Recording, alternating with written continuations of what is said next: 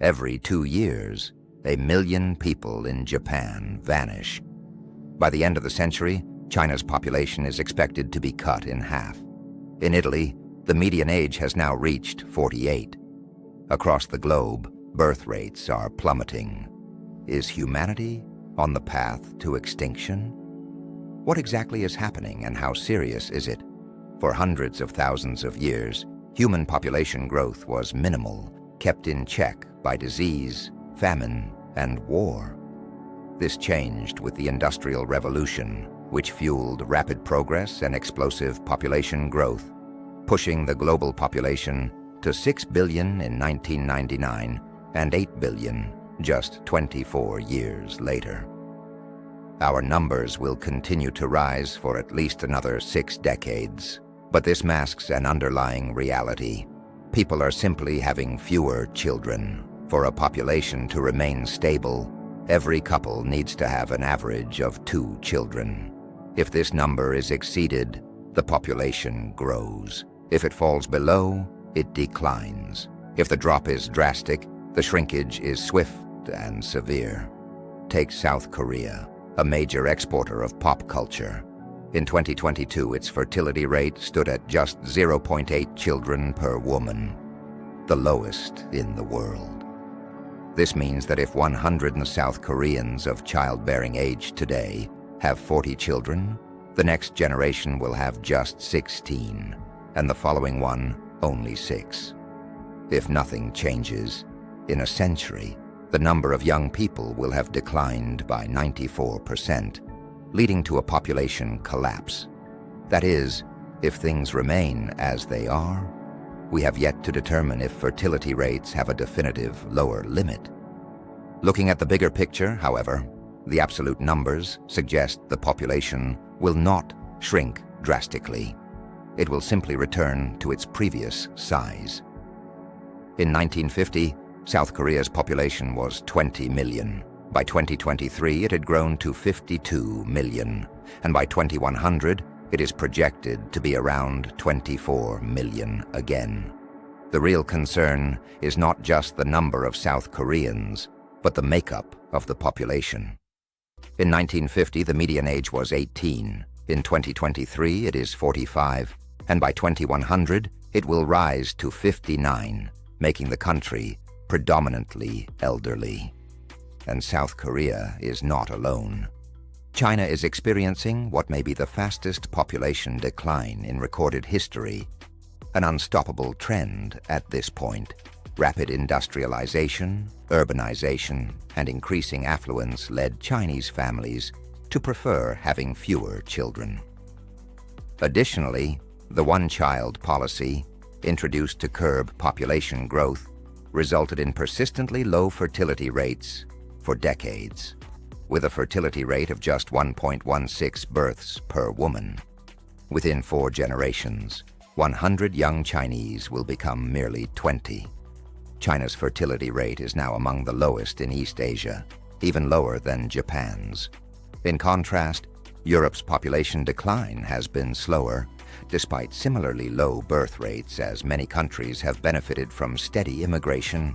However, this has complex implications, as many immigrants come from regions with already declining fertility rates.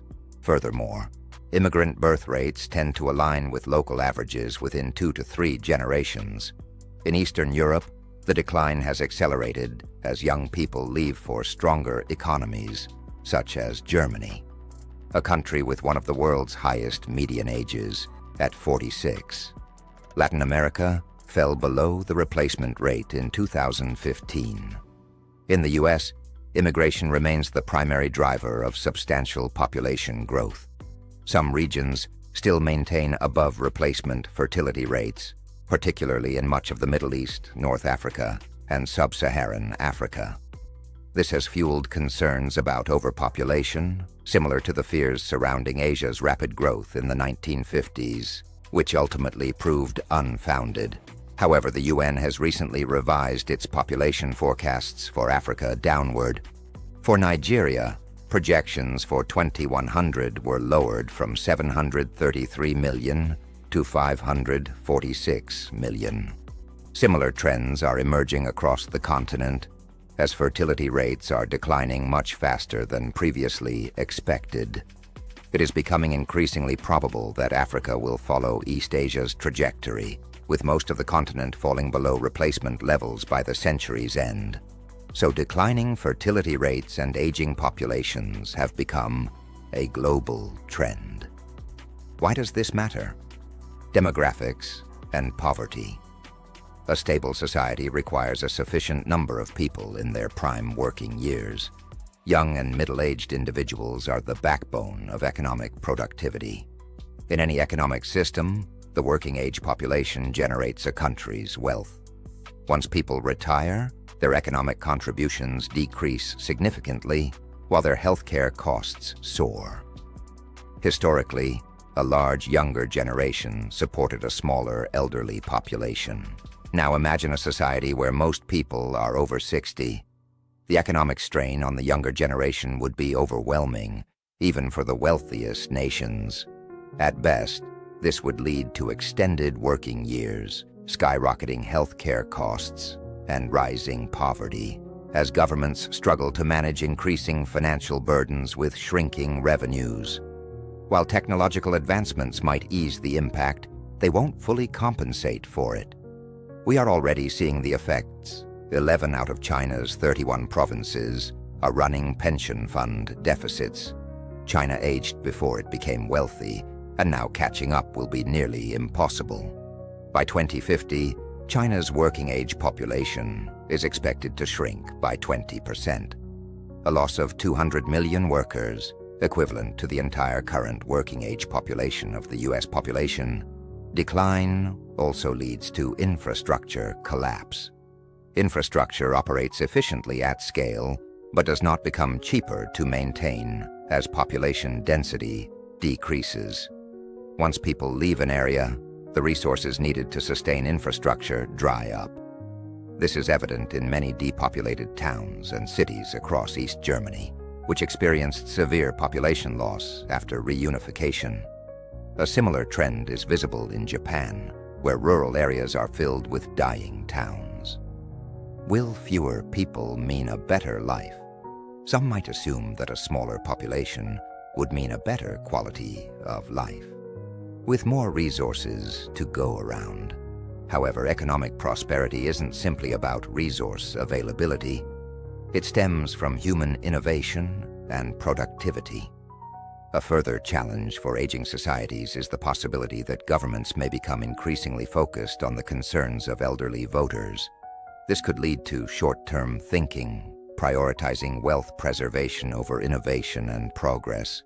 A society fixated on maintaining the status quo will struggle to tackle challenges like climate change, which require substantial investment and fresh ideas, something we are already struggling with. While some believe a shrinking population could benefit the environment, the decline is too slow to make a real difference. The world's population will continue growing for at least 60 more years. By the time it starts shrinking, climate change solutions will already be urgently needed. Immigration. A solution? One potential solution is immigration. However, immigrants' birth rates tend to align with local averages within 3 generations, meaning a constant influx of new migrants would be necessary. An unsustainable long-term strategy, especially as birth rates are declining worldwide. By the century's end, Africa will have the largest youth population, making African migrants highly sought after. Aging nations may compete to attract them. However, large-scale immigration often triggers cultural tensions, which can lead to political backlashes that slow migration down. Ignoring these issues only fuels division, strengthens demagogues, and increases xenophobia. Conclusion. So far, no country has successfully reversed falling birth rates. However, some steps could make parenthood more accessible. Improved child care services, financial incentives, more affordable housing, and reducing career penalties for parents.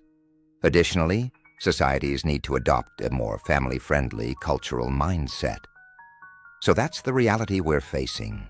Birth rates are plummeting. Populations are aging. And the world we've built might not survive the shift unless we act. It's not the end of humanity, but it could be the end of society as we know it. What do you think? Can we turn this around, or are we too late?